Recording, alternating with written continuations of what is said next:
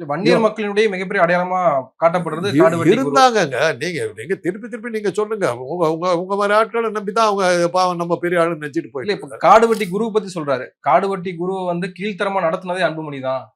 அது அரசியல். அது அரசியல். அது அரசியல் நடந்து கட்சியில் அதனால தான் நடவடிக்கை எடுத்து நீங்க சொல்லுங்க. அதை விட்டுட்டு ஏன் உன் பேரனுக்கு கொடுக்கறதால நீ வீட்டில் வச்சுக்கன்னு சொல்லு. அதுதான் நடந்தது. கடைசியா நம்ம பார்த்தது. அது வீட்டுக்குள்ளார பேசிக்க முடியாது. அதுக்கு அரசியலுக்கு என்ன சம்பந்தம்? இன்னைக்கு அவங்களுக்கு அவங்க அவங்க செய்திகள் அடிப்படையில் நீங்க சொல்றீங்க வன்னியருக்கு அவங்க தான் தலைவர். அதெல்லாம் ஒரு காலம். இன்னைக்கு பார்த்தீங்கன்னாக்கா அதிமுகவில் சி.வி. சண்முகம், கே.பி. முனுசாமி 2 பேர் இருக்காங்க. அவங்க பின்னாடி பல வன்னியர்கள் போயிட்டாங்க.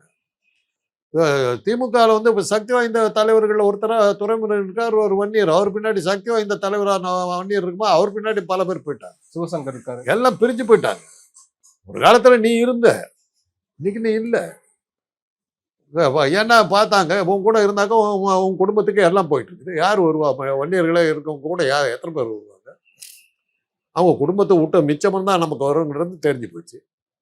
இன்னைக்கு உங்க தலைமை, உங்க இனத்துக்கான தலைமை உங்க கையை விட்டு போயிடுச்சுங்கிற உண்மையை நீங்க அக்செப்ட் பண்ணிக்கணும். அதை இது பண்ண முடியாதனுடைய விளைவுதான் 2 பேரும் வீட்டுக்குள்ளார நடக்கிற சண்டையில வெளியில வந்து மேடையில் போட்டுட்டு இருக்காங்க. ஆனா இதெல்லாம் கடந்து அவரு அன்புமணி அடுத்த கடத்துக்கு நகர்ந்துட்டாரு. அவர் வந்து மாவட்ட நிர்வாகிகளோட கூட்டத்தை கூட்டுறாரு.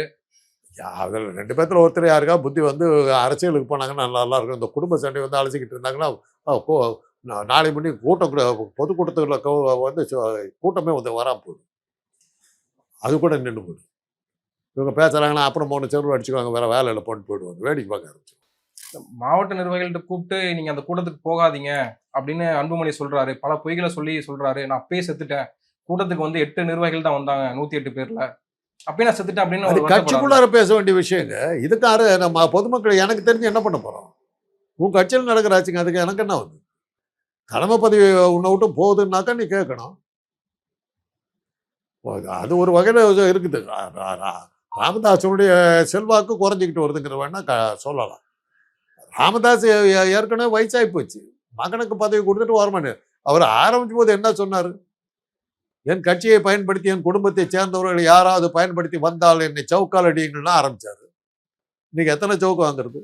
தவறுன்றாரு. எத்தனை சவுக்கு வாங்குறது? தவறுன்னு சொல்லிட்டாரு. இப்போ என்ன, நான் வந்து அறிமுகப்படுத்தினது தப்பு. நான் ஒரு 35 வயசுல வந்து அன்புமணியை கூட்டிட்டு வந்து தப்பா பண்ணிட்டேன். ஒரு தப்பு பண்ணுவார், மக்கள் அதை ஏற்றுக்கணும். எத்தனை தப்பு பண்ணுவார்? இன்னுமா இருந்து அவர் யார் யாரோ உருவாக்குனதுங்க அந்த கட்சி.